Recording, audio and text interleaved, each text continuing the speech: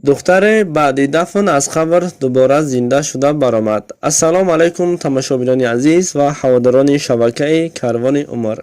باز یک قصه نوبتی در نوار امروزه. در یک خانه مادر و دختر تنها زندگی میکردند. شوهرش چند سال پیش وفات کردگی و این زن باشد دو زندگی میکرد و لباسای دخترش را فروخته با همین زندگیش را پیش میبرد. دختر خیلی جوان بود، تقریبا 10-12 ساله. با همین روزها میگذشت. یک شب این زن مثل هر وقت لباس میدوخت. دخترش باشد با لباسهای آماده شده تگمه میچسباند. در همین لحظه دختر ناگهان سخت سرفیدن گرفت. مادرش که حال دخترش را دید سخت ترسید و زود نزد دخترش حاضر شد. دخترش از هوش رفت. این زن باشد داد گفته همسایه هایش را به کمک فریاد میکند. همسایه اش با ماشین دختر را به بیمارخانه برد.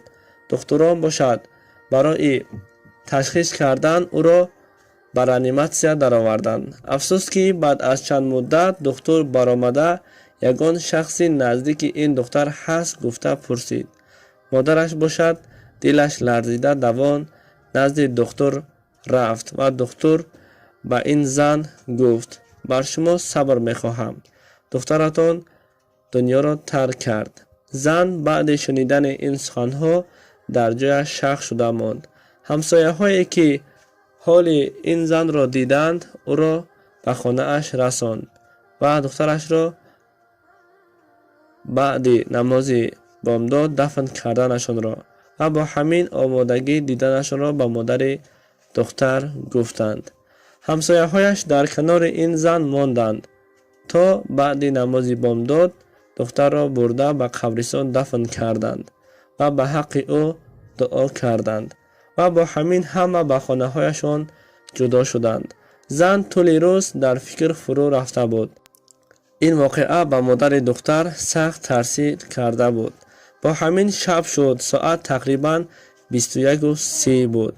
با همراه این زن بیچاره 2-3 نفر زنهای همسایه اش بود که در همین لحظه صدای زنگ در برآمد.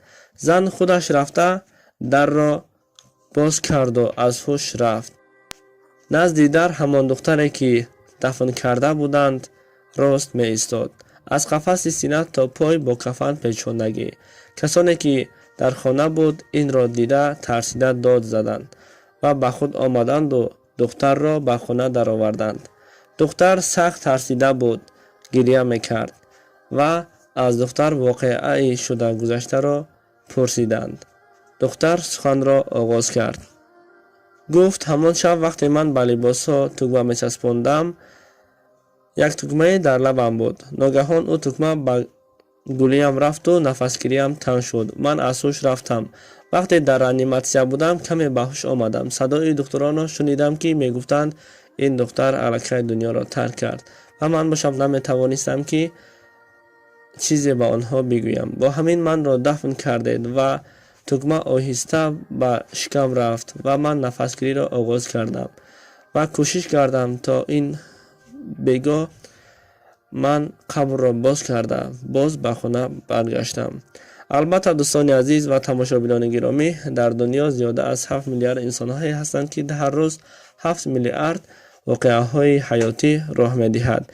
این بود یکی از قصه هایی که ما از شبکه های اجتماعی دریافت کردیم و به ثبت شما رسانیدیم. خدا نگهبان تا صحبت ها و نوارهای آینده.